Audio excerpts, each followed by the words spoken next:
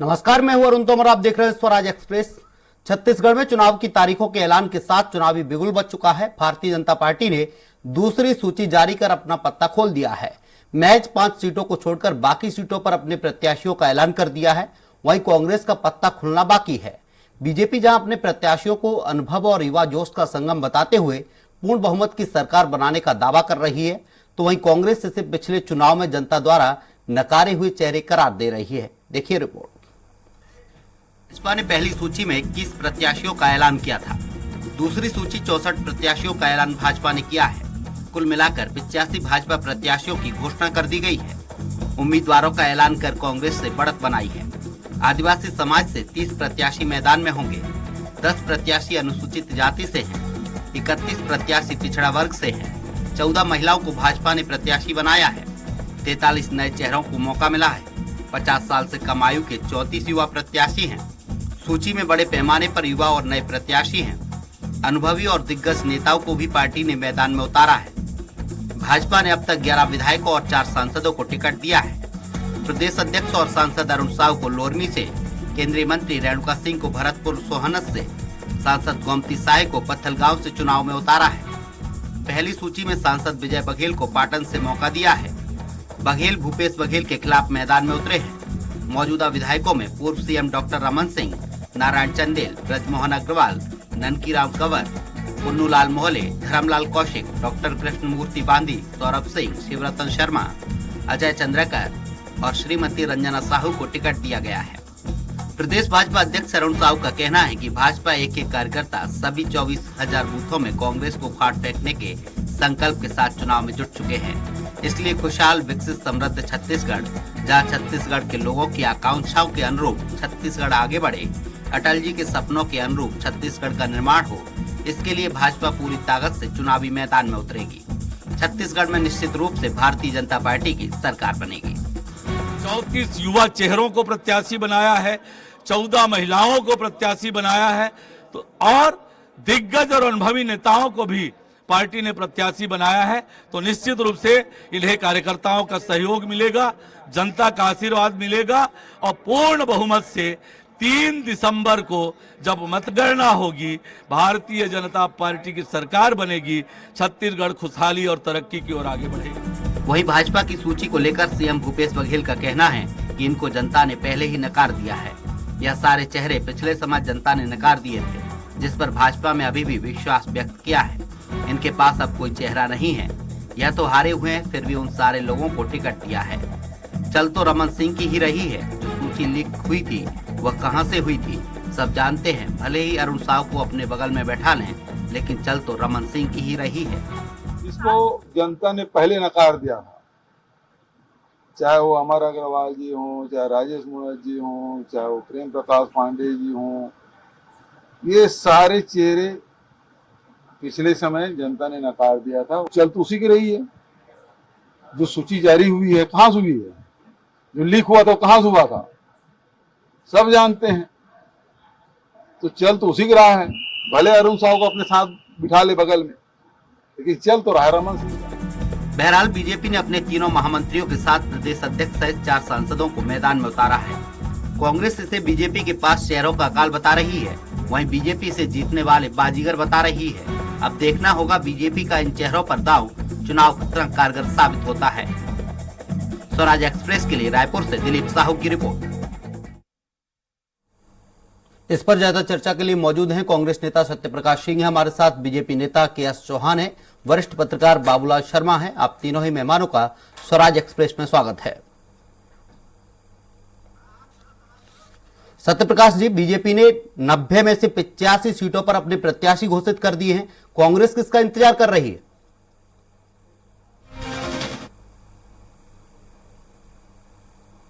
अरुण जी, 90 में से 85 कर दे या 90 में से 95 कर दे, इनके पास प्रत्याशी के लायक तो है ही नहीं लोग। पहली बात देखिए, आप पूरे इनके 85 लोगों की अगर लिस्ट देखिएगा, वो लोग जिनको ना जनता पहले नकार चुकी है, जैसे हमारे माननीय मुख्यमंत्री जी ने बोला, वो लोग जिनको पर भ्रष्टाचार का आरोप लगा, वो लोग जिनको महिलाओं के सम्मान के विरुद्ध काम करने का आरोप लगा, वो लोग जिन्होंने कांड किए, घोटाले छोड़ दिए, कांड किए, गर्भाशय कांड से लेकर टिकट घोटाला कांड, तो ऐसे ऐसे लोगों को उन्होंने टिकट दिया जिनको पहले भी जनता ने 2018 नकारा। देखिए 15 साल उन्होंने क्या किया, सिर्फ और सिर्फ भ्रष्टाचार, कमीशन खोरी। रमन सिंह जी बोलते थे कमीशन खोरी छोड़ दिए हमारी सरकार आ जाएगी, तो ऐसे ऐसे लोगों को टिकट दिया था जिनको 2018 में जनता ने 14 पे इनको भेजा, इसी वजह से, क्योंकि 15 साल उन्होंने सिर्फ और कमीशन खोरी, यहाँ के आदिवासी को सम्मान नहीं किया, यहाँ के लोगों को सम्मान नहीं किया, युवाओं के साथ छल किया गया, तो यहाँ वैसे लोगों को फिर से इन्होंने टिकट दे दिया। तो ये साफ खाता है कि इनके पास प्रत्याशी कमी है। और सांसदों को देखिए, आप इतनी कमी हो रही है या इतनी इनको मालूम है हमारे पास लोग नहीं है जितने लायक, हमारे पास कार्यकर्ता नहीं है जितने लायक, तो सांसदों को उतारना पड़ रहा है, बलि का बकरा उनको बनाना पड़ रहा है। तो ये हालात इनके हैं। देखिए मैं अगर अपनी पार्टी बात,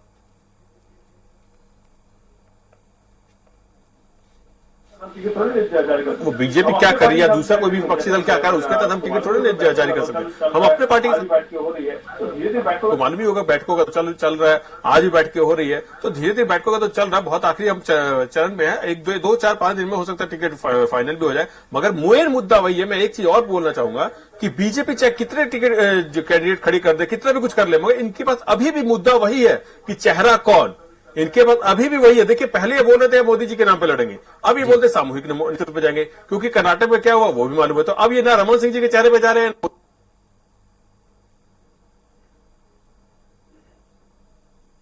इसलिए हर क्षेत्र पे इतना इनका दंगल, 21 विधानसभा क्षेत्र है, हर क्षेत्र पे इतना इनका दंगल आज तक जारी है। यहां तक देखिए इनके कार्यालय की क्या हालत है। एक हफ्ता पहले आपने भी देखा होगा कि कैसे वहां लोग पहुंच गए, इनके कार्यकर्ताओं ने हमला जैसा कर दिया और वहां के स्टाफ को छत पे जाके जान बचानी पड़ी। तो ये हालात है इनके यहाँ के। हमारे यहाँ प्रक्रिया उसी की तरह बातचीत चल रही है, उसके और जैसे मैंने बोला हम इनके तय थोड़ा ना करेंगे, बस इतना तय है कि नॉमिनेशन से पहले 90 सीटों में विधायक हमारे कैंडिडेट खड़े हो जाएंगे। मगर इनके जैसे आपको ये नहीं लगता कि आपके प्रत्याशी के पास समय कम रह जाएगा? लोकतांत्रिक प्रक्रिया बातचीत चल रही है, आपको ये नहीं लगता कि आपके प्रत्याशियों के पास समय का अभाव रह जाएगा? एक चीज अरुण जी, मैं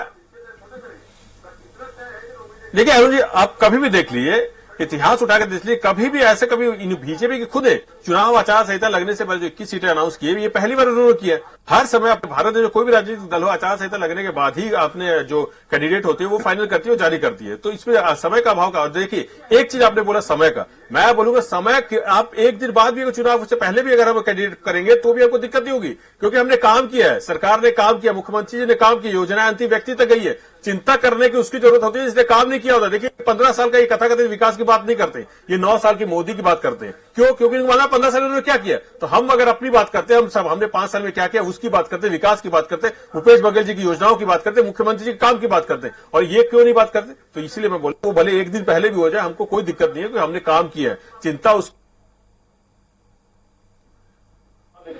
लोकल बॉडी को चुनाव देखिए, जिससे आप जो हमारे सम्मेलन जितने हुए हैं, चाहे बढ़ोतरी का सम्मेलन, महिला समिति सम्मेलन, जितने भी आप देख लीजिए वहां भीड़ क्या चाहिए। ये भूपेश बघेल जी का समर्थन जो जनता को मिल रहा है, यही इनको दिक्कत हो रही है। इनको मालूम है कि भूपेश समर्थन जो जनता को मिल रहा है, यही इनको दिक्कत हो रही है। इनको मालूम है कि भूपेश बघेल जी के सामने इनके पास कोई चेहरा नहीं है, उनका काट नहीं है, और सबसे बड़ी बात सरकार की योजनाओं का काट नहीं है। जी, हमारे साथ बीजेपी प्रवक्ता हैं के.एस. चौहान जी। के.एस. चौहान जी, बीजेपी ने 43 ऐसे प्रत्याशियों को मैदान में उतारा है जो पहली बार बीजेपी की चुनाव चिन्ह पर टिकट पर चुनाव लड़ रहे हैं। जी जी, 43 ऐसे कैंडिडेट को उतारा है, बिल्कुल उतारा है, और यही बीजेपी की खूबसूरती है। तो क्या ये प्रत्याशी आपके मैदान में दम दिखा पाएंगे, क्योंकि पहली बार चुनावी मैदान में है? आपको याद होगा महोदय कि 2019 में हमने 11 की 11 प्रत्याशी नए उतारे थे, और उसमें से 10 प्रत्याशी, और पिछले ये वो जो 11 प्रत्याशी उतारे थे, ना वो किसी घराने के से ताल्लुक रखते थे, ना भाई भतीजावाद था उनमें, और ना ही कभी सांसद वो लड़े थे। ये बहुत बड़ी बात है, ना ही वो कभी सांसद लड़े थे। 11 की 11 उनको उतारा गया था, और उनको उतार के हमने 11 में से 10 सीटें लाई थी। ये भारतीय जनता पार्टी का क्या इस बार है। जो आपने 2019 में किया उसको 2023 में लागू कर लिया है? नहीं, देखिए क्या कारगर साबित होगा? क्या पिछली बार आपने 11 उतारे थे, इस बार 43 कर दिए? नहीं महोदय, ऐसा होता है कि हर चुनाव की परिस्थितियां अलग रहती हैं, और देश काल और परिस्थिति के हिसाब से निर्णय लिया जाता है। और अभी हमारे कांग्रेसी प्रवक्ता भाई ऐसा बोल रहे थे कि हमने आचार संहिता के बाद ही टिकट डिक्लेयर करनी है। तो मैं थोड़ा सा उनका नॉलेज दुरुस्त कर दूं कि उनको तेलंगाना में जाके देखना चाहिए। ये तेलंगाना के भी मेरे ख्याल से आचार संहिता अभी लगा है और उनका भी मेरे लेकिन ख्याल से छत्तीसगढ़ की बात कर ली जाए तो ज्यादा अच्छा मेरी रहेगा। बात सुनिए ना, मैं जी। छत्तीसगढ़ की ही बात कर रहा हूं, जी जी छत्तीसगढ़ की ही बात कर रहा हूं। मेरी बात एकदम बहुत गहरी है ये। जी। मैं छत्तीसगढ़ के आगे जाऊंगा ही नहीं। दूसरी बात, तेलंगाना की जो बात कर रहे हैं हम लोग, तो तेलंगाना में इन्होंने 1 महीना पहले सभी प्रत्याशी घोषित कर दिए हैं। अब उसको क्या बोलोगे? क्या वहां पर आपको सब्र नहीं हो रहा था? वहां पर क्या बोलते हैं, आपको आचार संहिता नहीं लगी थी? आचार संहिता वहां पर 1 महीने पहले ही लग गई थी और वहां पर जो आपका जो भी बोलना था वो पूरा खारिज हो गया, पूरा गलत हो गया। आपने अभी तक जितने भी दलीलें पेश की कि आपकी लेट क्यों हो रही है, लेट क्यों हो रही है मैं बताता हूं। लेट इसलिए हो रही है कि भूपेश बघेल की अब चल नहीं रही है और इनमें बहुत ज्यादा जबरदस्त इन लोगों में लड़ाई हो गई है। क्यों? क्योंकि ये आरोप तो मेरी बात कांग्रेस सुनिए, बीजेपी मेरी पर बात लगाती है, ये आरोप तो अरे कांग्रेस मेरी बीजेपी बात- पर लगाती है कि रमन सिंह। महोदय मेरे को आप बोलने जी, नहीं देंगे बताइए। ना तो मतलब हम हमारे दर्शकों को भी ये समझ में नहीं आएगा जी, कि जी, बोलिए। क्यों लेट हो रही है इनकी सीटें। और तेलंगाना में 1 महीने पहले इन्होंने कैसे घोषित कर दी? क्या वहां पर घोषित नहीं करी? और तेलंगाना का घोषित कर दिया है, वो क्या बोलते कांग्रेसी प्रवक्ता बता दिया है। क्यों यहां पर लेट हो रही है मैं बता रहा हूं आपको। जी। ये पितृपक्ष का सिर्फ बहाना है। पितृपक्ष तो अभी चालू हुआ है, उसके पहले भी आप बोल रहे थे कि 6 तारीख को करेंगे, 12 तारीख को करेंगे, 18 तारीख को 6 का पहाड़ा पड़ रहे थे। क्यों 6 का पहाड़ा पड़ रहे थे ये लोग? इनका है ब्लॉक कमेटी, जिला कमेटी, उसके बाद जो चुनाव कमेटी है प्रदेश की, उसके बाद स्क्रीनिंग कमेटी, उसके बाद केंद्रीय चुनाव समिति है, कमेटी है। ठीक है। अब केंद्रीय चुनाव समिति में राहु बैठा हुआ है इनके और शीर्ष नेतृत्व ने वहां पर राहु बिठा दिया और राहु का नाम है टीएस सिंहदेव। यहां पर केतु बैठा हुआ है स्क्रीनिंग कमेटी में, केतु का नाम है चरणदास महंत। ठीक है। अब यहां पर स्क्रीनिंग कमेटी है, लास्ट ठप्पा जो है वो तो केंद्रीय चुनाव समिति में लगना है, वहां पर जाके ठप्पा लगेगा तभी तो आपकी पास होगी। और दूसरी बात, इन्होंने बहुत अक्लमंदी का काम किया कि चुनाव समिति जो इनकी राज्य की समिति थी वहां से पहले ही इंतजाम कर लिया मोहन मरकाम को हटाने का। नहीं तो आज 6 का पहाड़ा पड़ रहे हैं ना, ये 60 का पहाड़ा पड़ती, क्योंकि वहां से आगे ही नहीं बढ़ती। अब वहां से बेचारी आगे बढ़ रही है। वो 30 नाम इनके ऊपर गए थे महोदय, 30 नाम इनके ऊपर गए। 200 और आवेदन कितने आए ये भी मैं बता देता हूं। कितने लोग आपने कांग्रेस की पूरी जानकारी ले ली है, कितने आवेदन गए, कितने आए? मेरी बात सुनिए ना महोदय, बहुत मजा आएगा और दर्शकों को भी बहुत मजा आएगा। आप बोलते हैं कि 400-500 की भीड़ थी वहां पर भारतीय जनता पार्टी के कार्यालय में जिस दिन जो लेने आए थे, जो विरोध करने आए थे। मैं ये बोलना चाहता हूं, आपके आवेदन कितने आए थे मालूम है? आपके आवेदन आए थे 2790 पूरे छत्तीसगढ़ से। उसमें से 273 लोगों को आपको स्क्रीनिंग किया, 30 लोगों का नाम ऊपर भेजा, 30 लोगों का नाम ऊपर से रिजेक्ट होकर वापिस आ गया। क्यों? क्योंकि राज्य सरकार और केंद्र सरकार की जो आपकी सर्वे की रिपोर्ट थी उसमें वो नाम ऐड ही नहीं हो रहे थे। चौहान तो इस वजह से वो चौहान वापिस आ गया। मतलब अरे रुको, आप अरे रुकिए, दिल्ली के नेता से लेके यहाँ के नेता झूठ अरे भ्रम, रुकिए। दूसरे राजनीतिक दल में क्या चल रहा है वो आपको जानकारी एक मिनट मेरी होगी। बात सिर्फ सुनिए ना। जनता के बीच, दर्शकों के बीच में आप गलत जब भ्रम झूठ फैलाने के लिए बोल आपका रहे काम है। थे, बीजेपी के आपने- लोगों के साथ यही दिक्कत है। आप तो दिल्ली कोठे के में नेता चढ़ से के, शुरू कर छत में चढ़ लीजिए। के मोदी जी से हमारे शुरू करके भारतीय यहाँ तक जनता यही पार्टी हालत के है। लोगों अरे को पहले बचा रमन लिया। सिंह जी को बताइए ना, आपको पूछ रहे कि नहीं पूछ रहे रमन सिंह जी ऊपर दे। को? किसी अच्छा, बैठक ये में बुलाते हैं कि नहीं बुलाते रमन सिंह जी को? जान बचा पहले वो ली। देखिए रमन सिंह मेरे जी को को क्यों बोलने किनारे कर दीजिए, दिए? मैंने बहुत पोस्टरों में सारे नहीं आते। सत्यप्रकाश जी सुनिए, अध्यक्ष नहीं सत्यप्रकाश जी बनाया, सुनिए। समन्वयक नहीं अब बनाया। ये- आप पहले रमन सिंह जी को पहले पूछ लीजिए, उसके बाद बात कीजिएगा। अरुण साहू जी को कौन पूछ रहे हैं पहले बताइए? ओम माथुर जी का बैठक ले रहे कि नहीं ले रहे? अमित शाह जी आपको पूछ रहे हैं। चौहान जी- ओम माथुर भी ऐसे आपका ये नहीं टीम है। के एस चौहान जी, रमन के एस चौहान जी, अरुण साहू ऐसा अगर देखा जाए तो बीजेपी में भी यही हो रहा है। अमित शाह आपको नचवा रहे हैं। आप लोग सही में नाच रहे अमित शाह की उंगलियों पे। हमारे साथ वरिष्ठ पत्रकार हैं। ठीक है, अच्छी बात। हमारे साथ लेकिन वरिष्ठ पत्रकार हैं बाबूलाल शर्मा जी। कच्ची बाबूलाल चल रही है, शर्मा जी, जैसे पहले चल देखा रही जाए छत्तीसगढ़ में बीजेपी ने इस बार लिस्ट जारी करने में बीजेपी अग्रणी रही है। कितना फायदा बीजेपी को होगा और इसका कितना नुकसान कांग्रेस को हो सकता है? बीजेपी सूची जारी करने में तो आगे, कोई दो राय तो है नहीं। जी, उन्होंने 2 सूची दे दी है, 5 सिर्फ सीट उनकी बाकी है, वो भी 5 सीट दिग्गजों के लिए अटकी हुई है। और कुछ सीट ऐसी है जिसमें इन्होंने जो कांग्रेस से और दूसरी पार्टियों से लेकर के आए हैं उनको टिकट देने का वादा किया है, तो उसके लिए अटकी हुई है। बाकी इन्होंने जो चेहरे दिए हैं उसमें 42 नए चेहरे दिए हैं। 42 नए चेहरों का अर्थ है कि जो ये कहते थे कि हम 40 चेहरे बदलेंगे वो इन्होंने किया है, लेकिन जो 42 चेहरे हैं वो बिल्कुल अनजान है। वो स्थानीय लोगों को मालूम होगा, बाकी प्रदेश के स्तर पर किसी को कोई जानता नहीं। इस स्थिति के लोगों को नए नए चेहरे को दिया है। इनके अपने सर्वे लिस्ट है, अपने इनका एक सर्वे का तरीका है, उस तरीके को इन्होंने जीतने वाले प्रत्याशी के नाम पर इतनी सीटें बदली है। पुरंदर मिश्रा की टिकट जो है वो विरोध के कारण बहुत इसमें फंसी हुई है। आप देवजी भाई पटेल को हटाकर अनुज शर्मा को टिकट दी गई, उसमें विरोध हो रहा है। ओपी चौधरी का विरोध हो रहा है, कुछ सीटों पर विरोध भी हो रहा है। तो भले ही कैडर पार्टी है लेकिन विरोध तो करती ही है। कहीं न कहीं से अनुज शर्मा के खिलाफ विरोध जो है वो कार्यालय तक पहुंच गया, बहुत सारी बातें हुई। लेकिन एक बात मानना पड़ेगा, जो ये इन्होंने 64 रिपीट जो कि अपने जो 42 नए चेहरे जो दिए हैं और जो पुराने लोगों को रिपीट किया है, इसके दोनों के अलग अलग मायने निकलते हैं।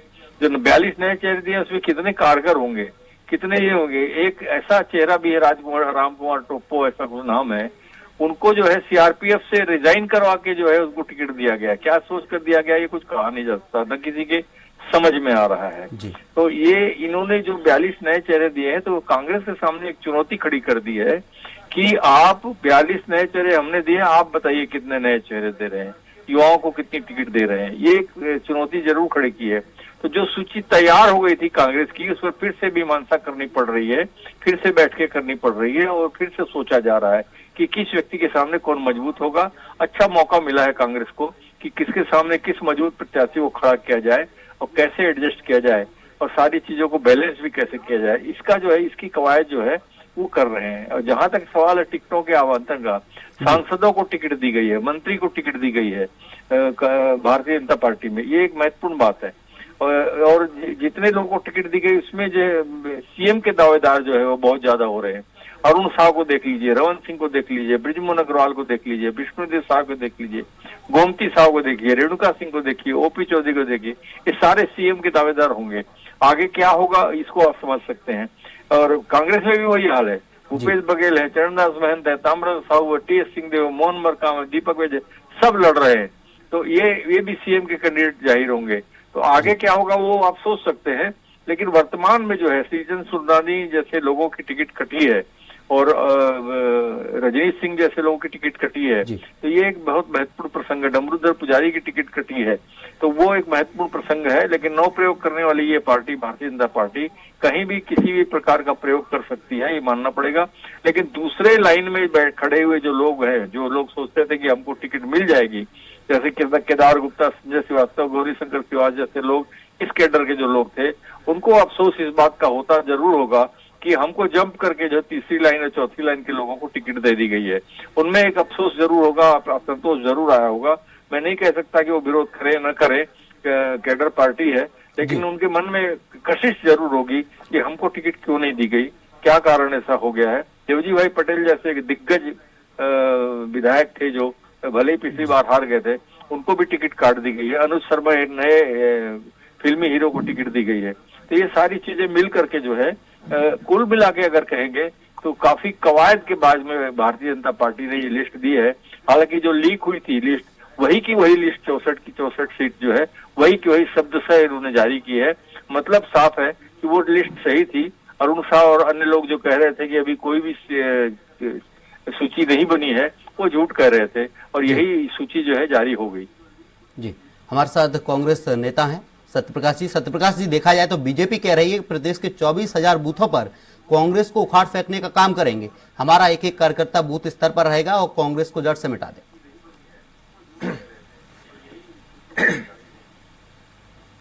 देखिए अरुण जी, जैसे मैंने बोला कि इनके पास प्रत्याशी नहीं थे, लोग नहीं खड़े कर देंगे और लोगों को ऐसे लोगों को खड़ा कर दिया जो प्रत्याशी नहीं है, तब तो उन्होंने प्रत्याशियों की घोषणा कर दी है। दिल्ली बैठ के जिनको फाइनल कर दिया हो गया, यहाँ के नेताओं से कभी चर्चा। प्रकाश जी, प्रत्याशी नहीं है तब भी प्रत्याशियों की घोषणा हो गई है। सुनिए तो वही तो बोल रहा हूँ, पूरी बात तो सुन लीजिए।